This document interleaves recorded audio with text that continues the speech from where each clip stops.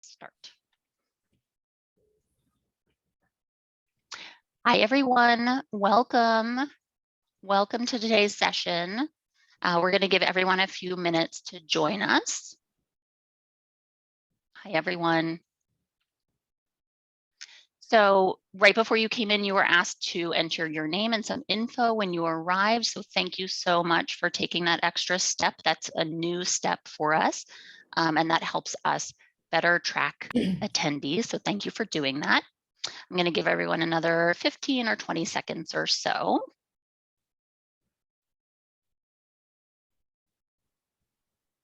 It's great to see everyone. So while we're gearing up, please feel free to drop a note in the chat. Let us know where you're zooming in from. Say hello. We've got lots of people joining us today.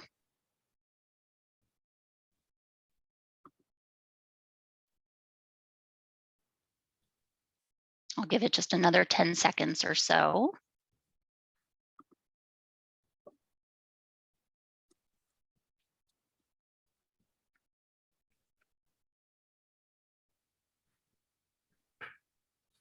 Okay, super. So let's get started. Welcome to this AM&P network session. This is an Associations Council Lunch and Learn, What Not to Do, Setting Content Priorities. I'm Jen Smith with AM&P Network. Before we jump in, I have just a couple of programming notes for everyone. First, a reminder of SIIA's antitrust statement. It's important that we avoid discussion of sensitive topics like pricing or cost information. Next, we follow a code of conduct in all of our spaces, and we have a strong statement regarding diversity, equity, and inclusion. AM&P Network is a CAE approved provider. This session can be applied for 1 credit toward your earnings, your credit earnings. AM&P Network has lots happening in the next several weeks. So a couple of the events that are coming up. Next week, we continue our editorial training series with Dan Fink and Money Media talking about content moving past clicks to a much more beneficial engagement metric. November 9th, we have the next installment of Signature Live, which is taking the signature cover story and kind of going beyond the pages and beyond the story. That is strategies for seeking out new voices for your content. November 17th, we have the final installment of the editorial training series about podcast strategy. And then in December, we have the next Lunch and Learn, which is about print, paper, and postage. So you can register for all of those now if you go to siia.net events. Just a heads up that the December 1st event, we just changed the date of it. So if you go today, which I hope you do, to register for it, the calendar is going to say December 8th, but your registration is going to be for December 1st. We're in the middle of making the change now. So with that, a couple of things about this session in particular. During the session, the chat is open for you all to use, and I hope that you chime in and introduce yourselves and use that option. Please also use the Q&A module to pose questions to the panelists during the session. And I know all of our panelists will welcome your questions. So with that, I am going to introduce Elena Loveland. Elena is Editor-in-Chief of Directorship Magazine for National Association of Corporate Directors, and she'll be moderating our panel today. Hi, Elena. Hi, welcome everybody to this session. I'm really happy that we're able to talk about this issue. If you've been in association publishing for any length of time, you probably know that it's just getting faster, it seems like, and everybody just wants to do more stuff all the time, and there's capacity issues and prioritization issues. And so we have assembled a panel of 3 people who have a lot of experience with dealing with content and different types of content that we can discuss. So I'm just going to introduce the panelists. So first we'll be having Kelsey Castleberry speaking, and she's from the School Nutrition Association, the content director there. We'll learn from Margaret Mitchell at the American Society of Civil Engineers. She's the editor-in-chief of Civil Engineering Magazine. And we also have Hillary Marsh speaking as well, and she's the founder and Chief Content and Digital Strategist for the content company. So I think I'll just turn it over to Kelsey to start giving us your experience with prioritization and all of your content that you're doing at the School Nutrition Association. All right, thanks so much. Hi, everyone. I'm Kelsey Castleberry. I am the content director at the School Nutrition Association. First and foremost, I'd like to say happy National School Lunch Week to everyone. For those of you who don't know, it is National School Lunch Week, so celebration of all things school meals, which is a content priority for our marketing communications department. So jumping right in.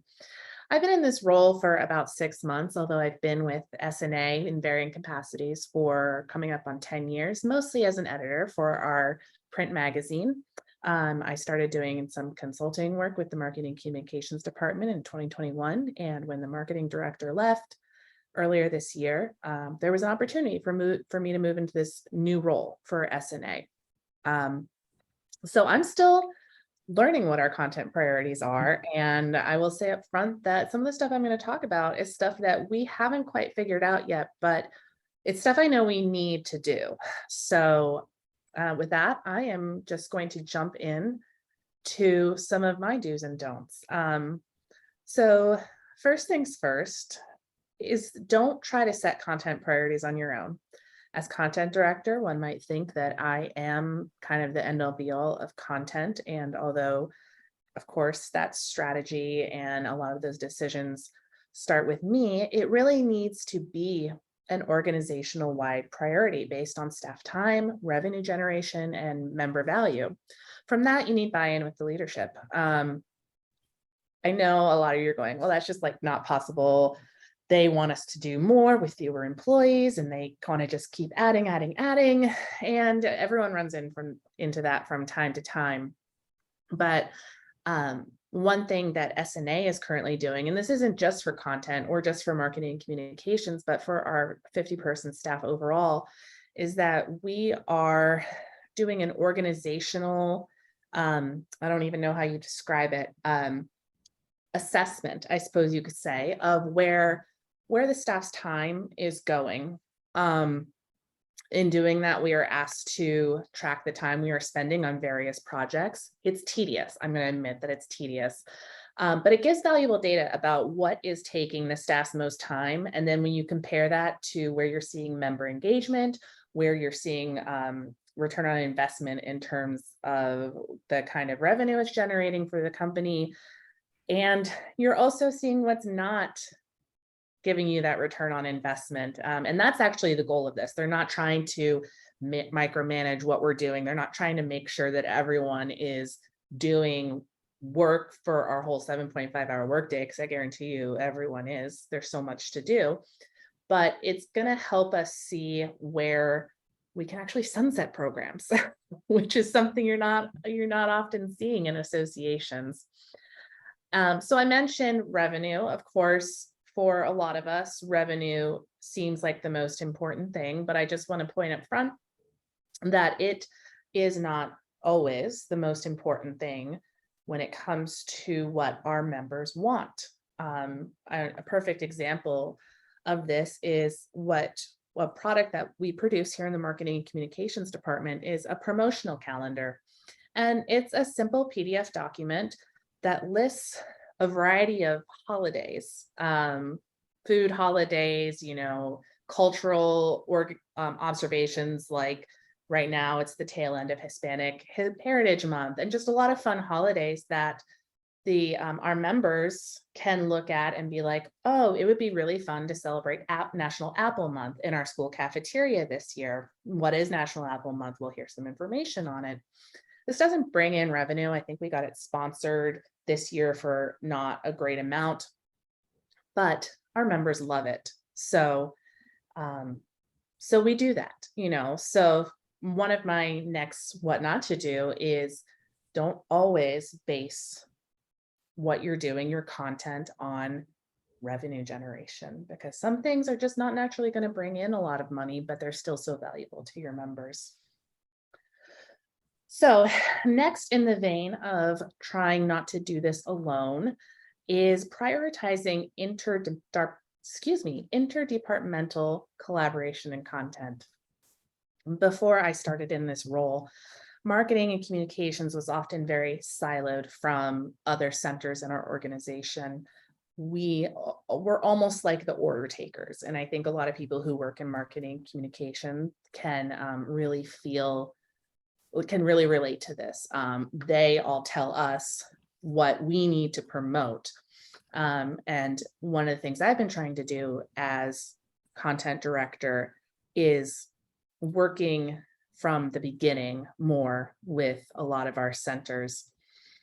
At the same time, when you're with an organization that has been around for a long time, SNA has been around for 75 years, we have a lot of our leadership who have been with the organization for 10, 15, 20, even 30 years. There's often a resistance to change. So they're not used to someone like me coming through and going, hey, let's talk about this, or marketing communications needs to be in on the ground floor when we're planning this program or opportunity. And then even other things when I am trying to limit, say, the number of all member e-blasts that go out on a daily basis, because we don't want to overload our members with that. And I say, no, can't do it. And they're just going to go, well, wait, what? That's not the way we work. I tell you what Marcom does. And so it's like putting that foot down. But you have to have meaningful conversations with your staff members about the changes in content priorities, and you need to be prepared to answer the why. You can't argue with data. So this kind of goes into my next what not to do. Don't guess what members want. Pulling analytics and reviewing them is one of my absolute least favorite things of my new position, but it is so important when I look at our social media analytics, our email analytics, our Google analytics for our website.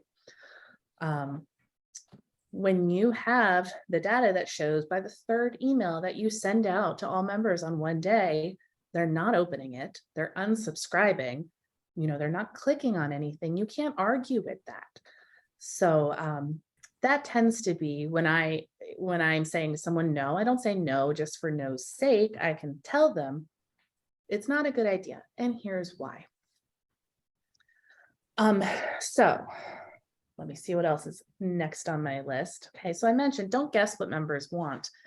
And there's a lot of different marketing communications. There's a lot of different ways that you can look at this. What are they reacting to or discussing on social media? I know this isn't going to be the case for all associations, but we're really lucky to have a robust social media community, especially on Facebook. There's a lot of school nutrition professional Facebook groups that gives us a lot of ideas on what they're talking about, what they're discussing, what they want. What are they reacting and discussing on when we post something on social media? Going back to that interdepartmental collaboration, what are the members requesting webinars about? What do they want to learn more about?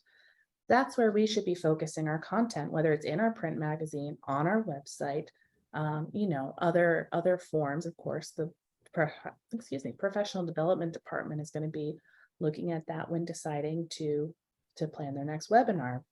What e-blasts do they make time to respond to? We find advocacy is a really big thing for us. And then finally, what are they willing to call the service center about? As I mentioned, it's National School Lunch Week. We recently launched a new website. It was a huge project, 18-month-long project that we launched on August 31st. It was like birthing a baby, I tell you.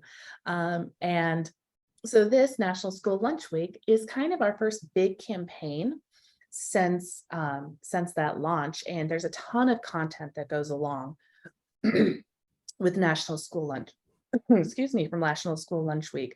There is digital content such as these beautiful Zoom backgrounds that our digital content specialist created, to sample press releases, a toolkit created by the editor of our magazine. There's a lot of stuff, a sample proclamation that they can take to City Council. We have a lot of content around it, and of course the official artwork and logos that they can download and use in their own marketing materials.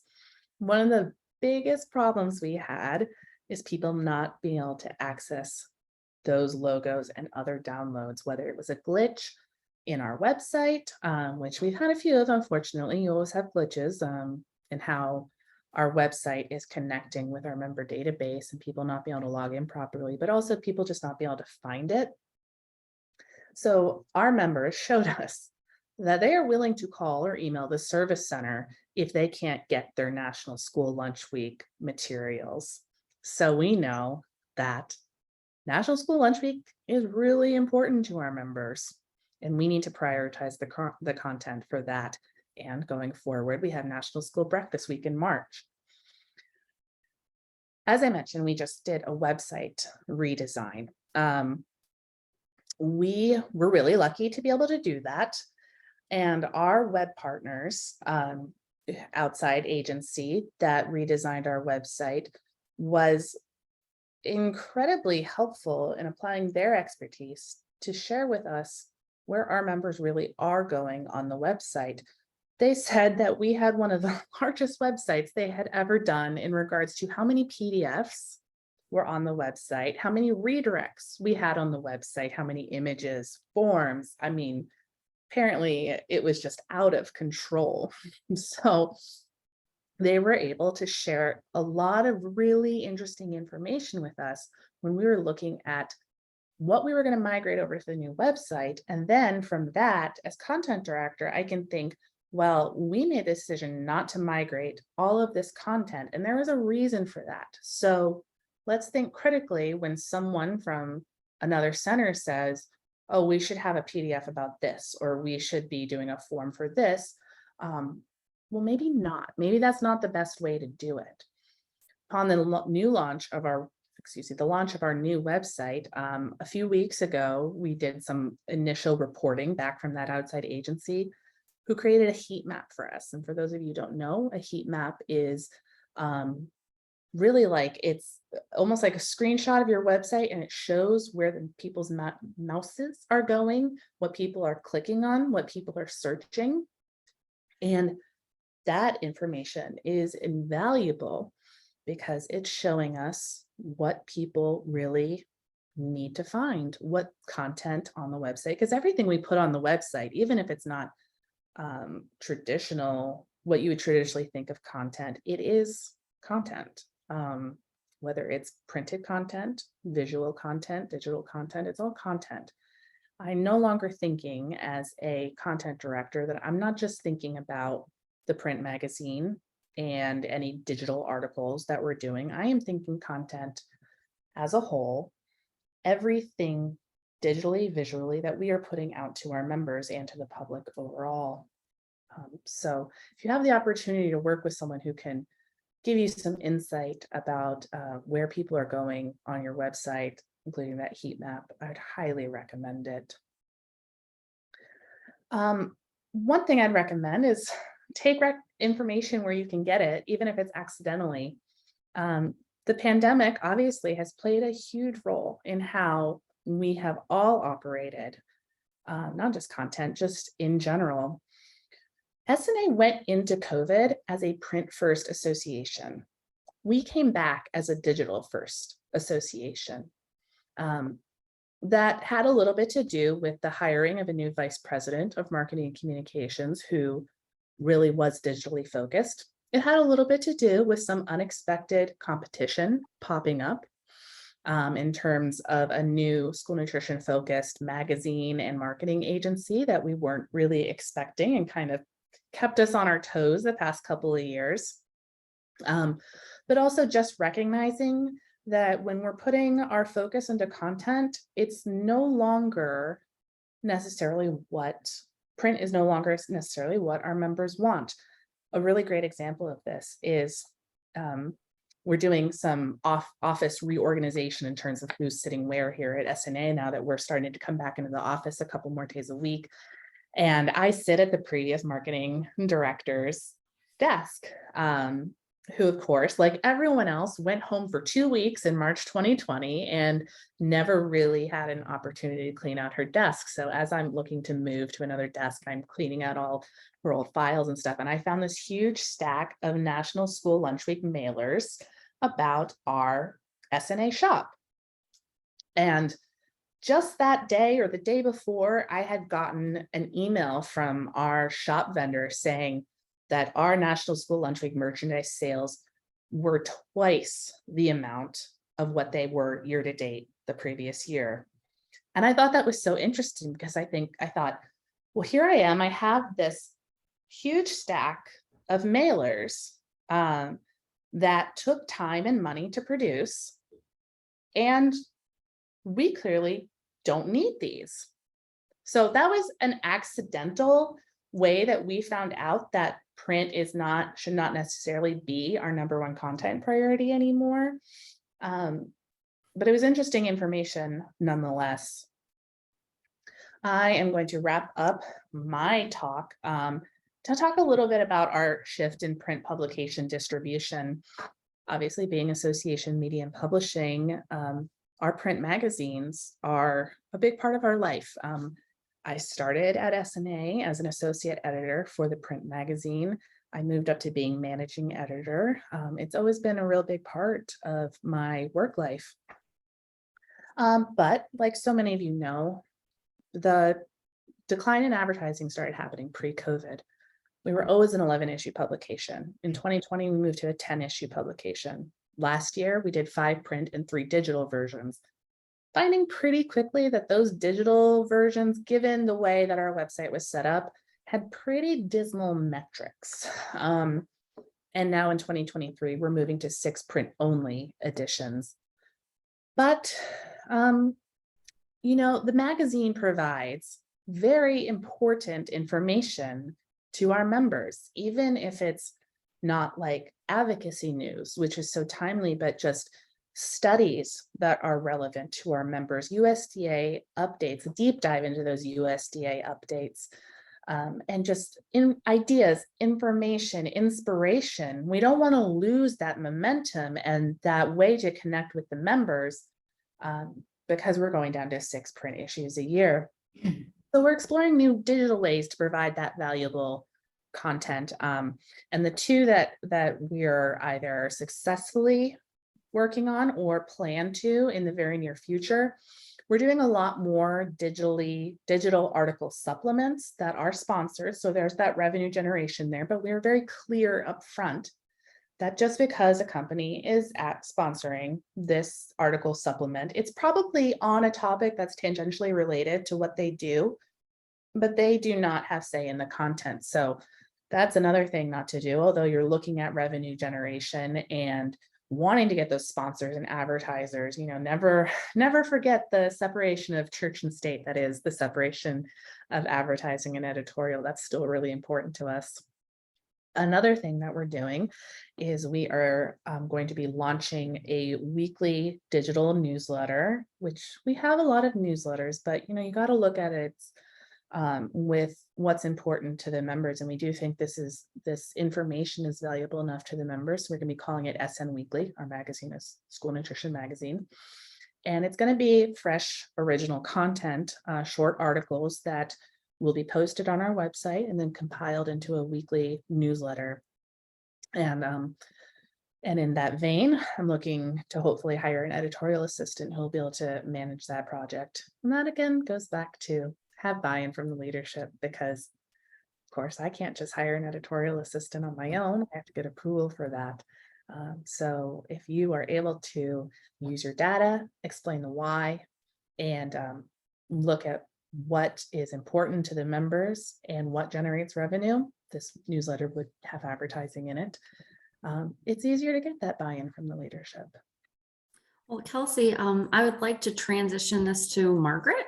It was that was my very last thing to say. So you were right on time. All right. Well, I just wanted to point out that you know, you're going fewer frequency at School Nutrition Association, and Margaret's publication, Civil Engineering Magazine, was a monthly publication, but I understand that they're changing their frequency as well. This seems to be a trend among a lot of different associations that they've changed their frequency. In my experience, going to digital actually decreases a lot of revenue. And so I tend to not do it. but it really depends on that specific association, like how much revenue they're bringing in print and like what the risk is to go from one frequency to another. So I'm interested to hear Margaret's story about how they've managed to change their frequency, what the factors were, and what the feedback has been. All right, thank you, Elena. Yes, so I'm Margaret Mitchell. I am the editor-in-chief at the American Society of Civil Engineers. The name of our magazine is Civil Engineering Online. I'm sorry, Civil Engineering. And we have, as Elena said, we went from a monthly publication to a bi-monthly publication. And the process for that was, I would say, pretty simple. Back when we first started talking about this, if you can remember all the way back to 2019,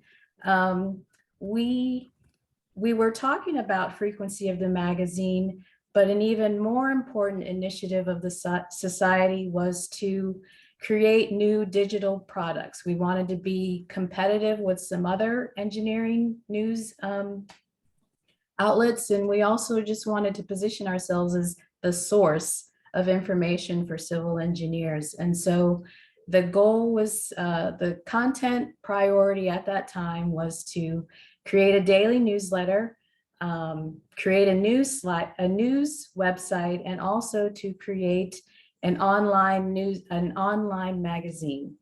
And so, and we also had to keep putting out at that point a monthly publication. And the kicker was that we could not hire any new staff. So we had to create these new products, keep what we were doing going, and it was all supposed to be wonderful and great and drive, revenue, create revenue and all these other things. And it's done some of that, but anyway, back to our sort of what happened, or the process. So the board and the communications department decided we would create these new products. And like I said, we couldn't hire any new people. So what they did was they merged the magazine staff, which I was on, which was about 6 of us at that time. We were sort of on our own little island, and they merged us with the larger communications marketing team in order to have the human power to create all these products and do them well. And also during this time, we had been talking about, should we have fewer issues? So we were at 11. Should we go to 8? Should we go to 6? Should we go to 4? Should we go totally online? And we ended up, I should say, if you fast forward a few months, we hit March 2020, and COVID sort of escalated or pushed that decision forward to increase or decrease the frequency. We were experiencing, as Kelsey mentioned, advertising revenue was low, and we were decreasing, and we were also seeing that advertisers really wanted to move their dollars online. And then we were also just coming into the real obstacles of print, printing it, ink, paper. Even in 2020, there were even issues with getting paper. So we were up against these things, and then COVID hit, and so we decided that we would go to 6. And one thing I would say to do is that you don't want to talk to everyone, but you want to talk to a lot of people, because what we found out is that the publications department actually had obligations to university libraries. They sold subscriptions for 11 issues. And so we couldn't make that jump to 6 issues immediately. We had to finish out 2020 at, and actually we didn't do 11 issues, we did 10. We had 2 double issues that year. And then we started the bi-monthly process in January, February of 2021. That was our first bi-monthly issue.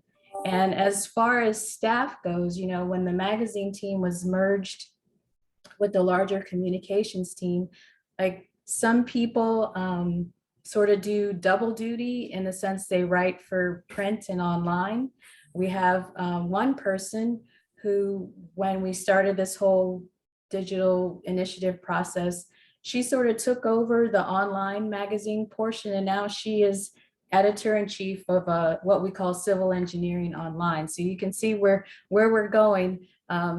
You know, that just this push to be digital. I don't think that we will get rid of the print magazine. I think if we do, I've been told that it would be sort of a multi-year process. It would be a campaign. We would get the members involved. But I think even before we would go to all digital, we might reduce the number of pages just to help us to be revenue neutral in a sense.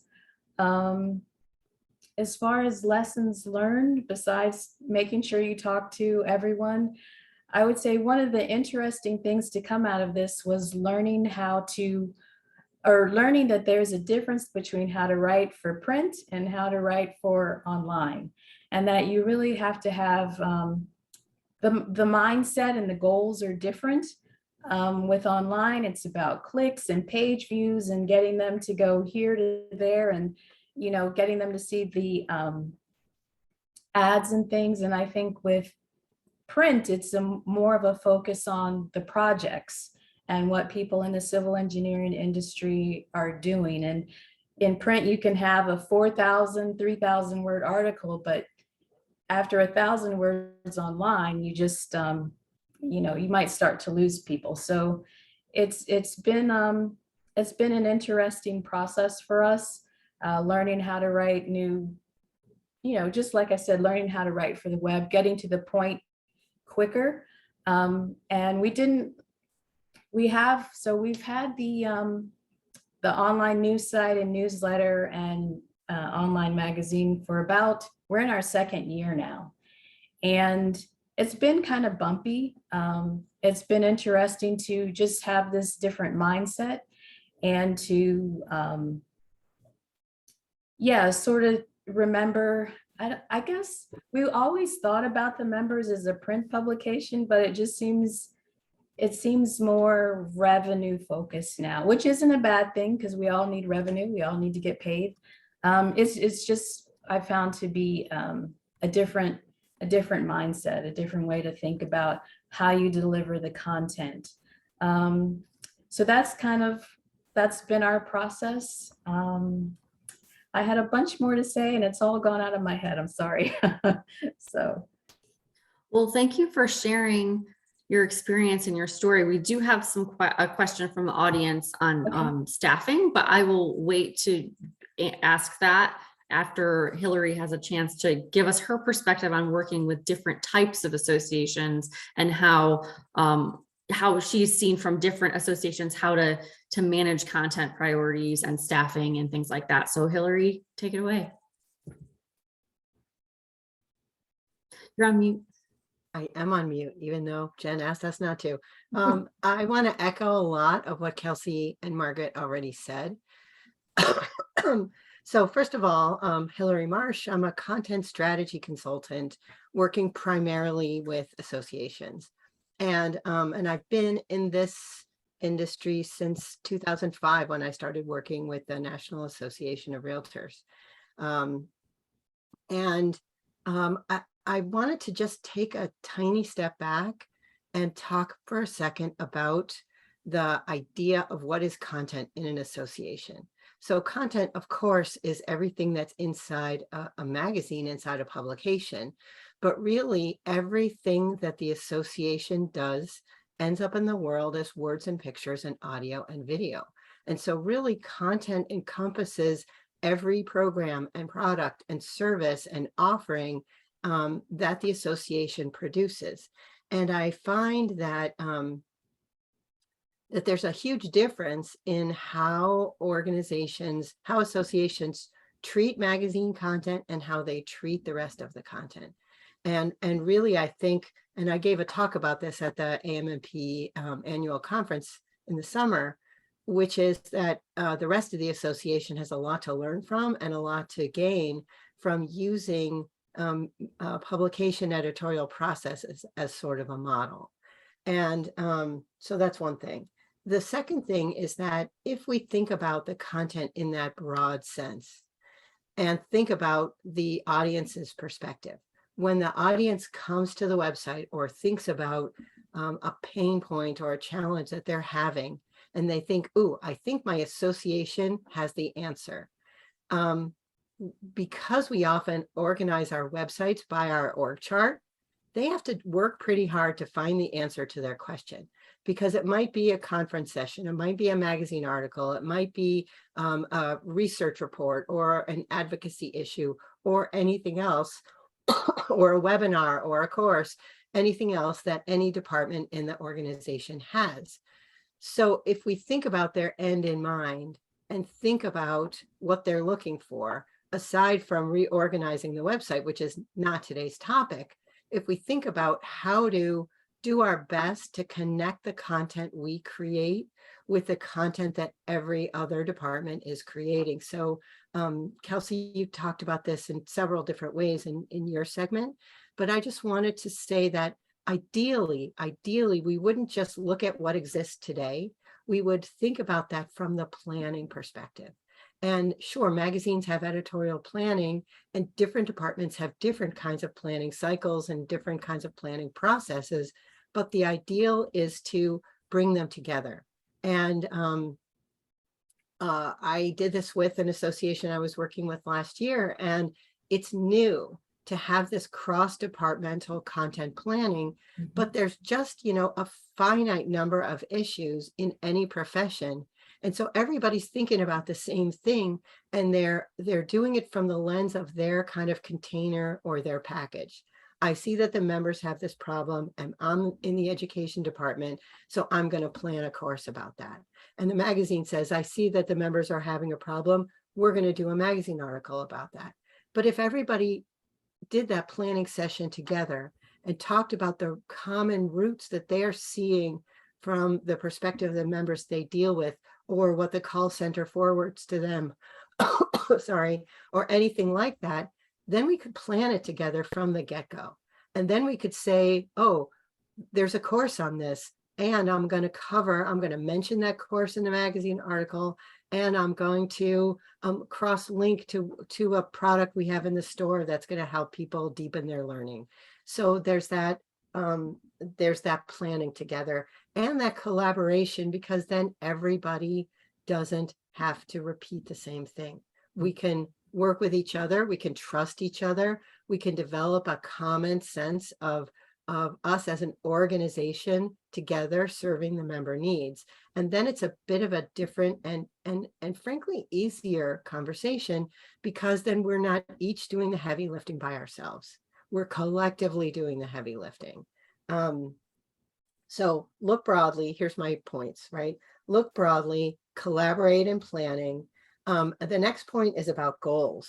So content has goals, and we've heard a lot today about revenue goals. And I think that publication content in particular has usually two sets of goals. One is the advertiser dollars based on the usage, based on the eyeballs, right? But then there's the goal of the content itself. Why are we sharing information about these trends? What do we hope will happen as a result of people reading these? Do we think that they're going to get promoted in their job? Do we want to keep them in the profession longer because they're in danger of leaving? Like, those might not be even relevant questions, but we have to think about what are the goals of the content we create. And it's going to be different kinds of goals for advocacy content than educational or informative content. The goal of the calendar, what did you call that? The Promotional calendar. Promotional calendar, that has a whole different set of goals, for example, than advocacy goals. And so you can't just measure them across the board and say, well, 100 people looked at this one and 1,000 people looked at this one, because eyeballs or page views are really not often the goal. So there's a famous quote out there by a guy who works at a university, and he says page views are not the goal. The goal is the goal. So is the goal to get people to act on that advocacy? Is it for them to register for that webinar? Is it a goal for them to attend the webinar so they change their practice in the clinical setting? For example, we really have to dig deep and talk about and think about what are the goals of the content. And one of the things we haven't talked about at all that I think is often an implicit goal in much of the content we create, it's not just member engagement, but it's retention.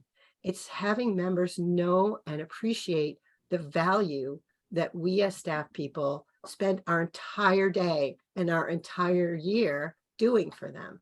And so that member value and member appreciation and satisfaction really is a hugely important goal, because that member dues revenue is not something to be overlooked or minimized. It's not just revenue, but it's that retention, engagement, loyalty, advocacy, all those things that engaged and interested and just involved members can bring to an association. So there's that goal thing. Then there's the idea of curating. So I see often people push. We need more content. We need more information about this. And I think it's a combination of things, right? So for news content about new trends in an industry, that is new content that couldn't have existed a year ago. But then there's usually every profession has content about how to get better at your job, how to take that next step, how to advance in your career, how to do your work itself better. You know, at the National Association of Realtors, there was information about how to work with first-time home buyers and content like that sometimes came from the magazine group, but in some other associations, I've seen that kind of content come from different groups, but it doesn't matter, right? So before you go create new content, look and see what's there already. Go shopping in the vast inventory of content that the association already has, and just remind people about that. So if we think about our content less like the New York Times and more like a TV station, so yeah, there's reruns, but I like seeing the rerun. I watched it before, and I'll watch that episode of SVU again because it's comforting and informative again. So there's the whole idea of curation. And I wrote a white paper about content curation with Elizabeth Engel a year or so ago, and you can find it on her website. And we talked about this ladder of curation. So again, I think it was you, Kelsey, who talked about the FDA stuff. So I worked with one association that also would link to a lot of information about the FDA. So your members can go, you don't have to be Google, was our realization at that point. They can find for themselves what the FDA says. What they can't find from any other source is what's your interpretation, what's your analysis, what are your recommendations for your members based on what the FDA says, based on what that information is that out there. And that's the curation, the ultimate in the curation ladder, is adding your own perspective and your own take on the news. So it's not just like a news feed that they can get from anywhere. And that's what's going to set you apart from the competition and what's going to set you apart from Google, because that's the unique thing that you can offer. And that doesn't take a whole lot of time, but what it does take is the expertise that associations have. And it might be from your department, or it might be a subject matter expert in another one. And it doesn't matter, like to the member, it doesn't matter. And really, if we think about ourselves as curators to some degree, it won't necessarily matter to us either. So there's two more quick points. One is to stop, figure out what can we stop doing? And that's often the hardest, because if we look at our time or the return or the other things that have mentioned before, the things that members are least interested in might be the things that are our favorites to do. And so we have to be really disciplined and not do what they're not interested in. We're not the audience for the content we create. We're creating it for that external audience. And then the final one is to repurpose. And so if we go back to that core of planning content together, then we can think about the fact that, first of all, nowadays, in the days of since COVID, when everything is recorded, what is the difference really from a pre-recorded conference session and a webinar? It's the same thing. So why not have this idea of planning together and take that webinar and extract the excerpts and post one per day on social media, and post the highlights as a magazine article, and post the in-depth as something else, so that we take one core topic or piece of content and we do more with it. And that's the way to get more content without each individual effort taking all that time. So I think that those were the main points that I wanted to make it. And really it comes down to, is it worth it, right? Is it worth it for us to create this content? So that's the core question to ask ourselves. Thanks, Hillary. Thanks for that great overview. I did want to just throw in a comment before I get to the questions and answers about reading habits and metrics. So if you're at like an organization that's considering moving to digital or decreasing your frequency in print and adding digital, or killing your publication altogether, it's probably a good idea to get some reader survey data, because like web metrics don't measure everything. So it measures everything on your website.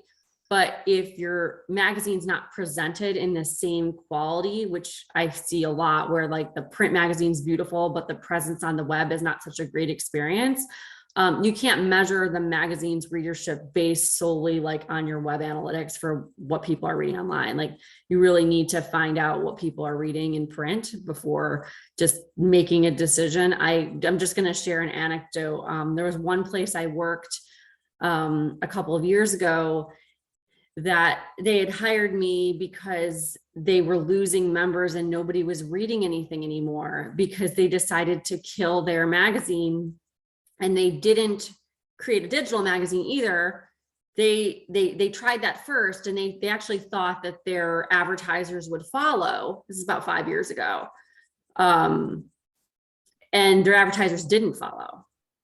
So they thought, oh, we'll kill the print magazine and they'll just advertise in digital and we'll be fine and we'll save on printing costs. And that's not what happened. They killed their magazine. They killed the primary vehicle of communicating to people. They put some stuff on their website, but they didn't create any kind of periodical either. And they just, all the revenue that they had disappeared. And then after that, they had a problem where they kept hearing from their members that they didn't have any value anymore, to like, they were losing members. They were starting to lose members because one of the key things they counted on disappeared. So I think you have to be kind of like careful to make sure that you do have maybe commitments from advertisers that they're interested in that before you make decisions, because that was like a really bad position to be in, because they had to reinvent everything from the ground up, because it was like a long-term thing. Like you saw the results 5 years after the fact. You didn't see it the first year, but 5 years later, nobody's reading anything. We lost all the revenue. We don't know what to do. So they had to like build from the ground up all over again. And another magazine I was at had the same thing happen. They went digital, they lost all the revenue. They still exist, but they have no revenue anymore. I think it's very important that, like I talked about, you have the data to back up. And I mean, gosh, to think that there was a place that killed their magazine without having any digital initiatives in place that were already showing revenue generation and member engagement, that just seems very short-sighted to me. Yes, yeah, exactly. And so I'm just throwing it out there that make sure, like Kelsey says, have some kind of data to make decisions before just going and making decisions. Because I've seen it happen twice. But anyway, I'll get to the question. Go ahead. I also wanted to talk about email for a second, because yes, I think there's tremendous value in having something you can physically hold in your hands. And that's one of the pieces of value that a magazine provides, not only the content, but the fact that every single time you get something in the mail that you hold in your hands, there's value in that. There's also value in email, because just because you send something in print doesn't mean you shouldn't also share that information via email also, because maybe somebody, just put it on the coffee table and didn't pick it up. So there is value in doing that too. And I've found tremendous success by taking that holistic view of email, consolidating all of the different email newsletters that an organization produces into a far fewer, smaller list of e-newsletters, and have them be able to be opted in or customized so that people can choose the topics that they're interested in getting information about. And then you can populate those topics with the content that all the departments create. So I want to get to one of the questions we have, which is how many staff members does each of these organizations have working on publications? Ooh, not a lot. I can say, I mean, if we're talking in terms of our print publications and what's associated with the actual magazine brand, we have one full-time staff member who's our production and editorial specialist. And then actually our magazine editor, although she was on staff for 25 years, she has now become a consultant and it serves as the magazine's editor on contract. Our art director is also a contract editor. And then we have a handful of freelance writers who contribute to the magazine, as well as one contract contributing editor. So not a lot, I will say. Another reason why I'm really trying to get that editorial assistant on staff. And the same for us. We aren't fully staffed right now. The former editor-in-chief left in March and I was promoted in last month. And then we're looking for a writer, editor, and then we have one senior editor, a technical reviewer, a graphic designer, and then some of those people split their time between the print magazine and the online magazine or the newsletter. So dedicated just to the magazine, I'd say really is just me right now.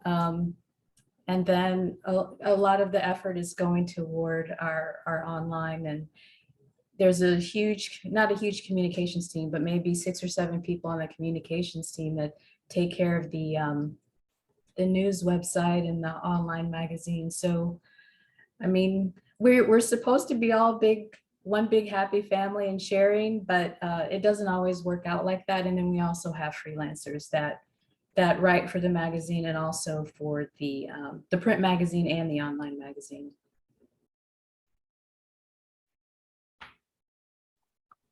Megan Stromberg just published a really great piece in the chat about what they do at her association.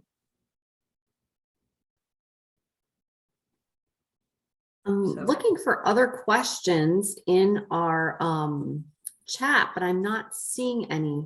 But I do have some questions for you both, for Kelsey and Margaret. Do you republish what's in your print magazine online, or adapt it, or a combination of both? So for us, in the launch of our new website has been a shift in how we present content. In the past, we really found through readership surveys and et cetera, that the members did prefer the print publication. We never found the need to publish stuff online. We presented a digital-ish flipbook issue, and that was that. But as we have moved over the past 5 or so years, we have found that more people are wanting to read that content online, which the flipbook is it's not the best way to present it. So one of the really important things with our new website was that the articles could be posted online as text and make it really easy to scroll through on your phone, on your computer, on your tablet.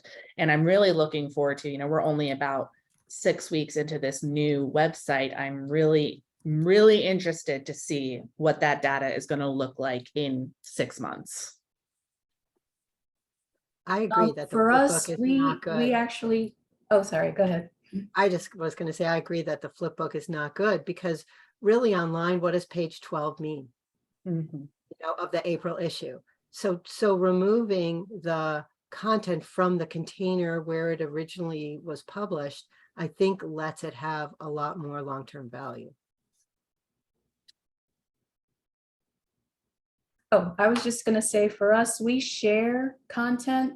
When we were still a monthly print publication, we had a huge news section, anywhere from 12 up to 20 pages. And as you know, once you publish something, it's old, even in a monthly publication. So what we did was we took that news section from the print magazine, and it formed the basis of the news for our online magazine. And now, in order to help drive eyes toward the new website, we have a section in the print magazine called, the name of the website, the news site is The Source. And so we have a section in our magazine, not as long as our original news section. We have a section now that we call From the Source. So we've just kind of swapped, whereas before it was definitely more newsy articles and a bit more timely.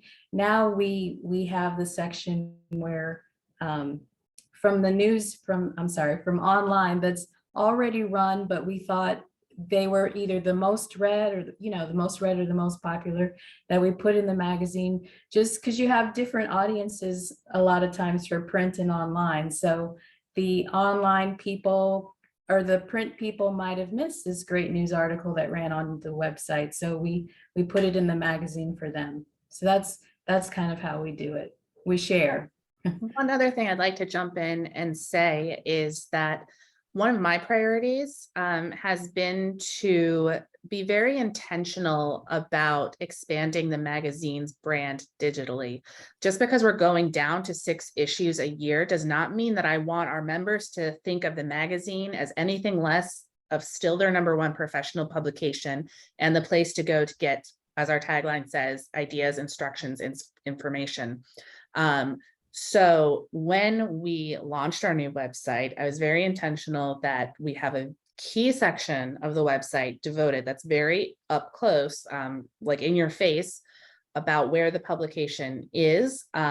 We have a new recipe library because we're in school food, that previously the magazine was the only place that was running recipes. So it was very intentional that this recipe library is branded as being powered by School Nutrition Magazine. And then like I said, one thing we've really never done is create fresh editorial content for the website. And that's another one of my priorities, since we have fewer print issues to distribute that information. And again, we've traditionally, our web stories have always been just what's going on with the association. And now with this new editorial content, it's going to be stories from the magazine specifically. The new weekly newsletter I talked about, it is specifically from the magazine. So I think it's important to, when you are looking at your print publication, to no longer think of their brand as just print, but also a digital brand. I have some couple questions in the chat that I want to get to really quickly. And one is, well, I'm gonna comment on one because maybe I can answer that question, and then the other one I'll say out loud. One was, any tips to prevent very long articles online? I'll just share my perspective, which is sometimes I actually try to create a web-only version of a longer article that's shorter. That way, if people aren't willing to read, the super long article, they don't read it in print, I can sometimes make a shorter version of the longer story. And I'm going to go to the other question, and we can go back to that if we have time, but we're running out of time.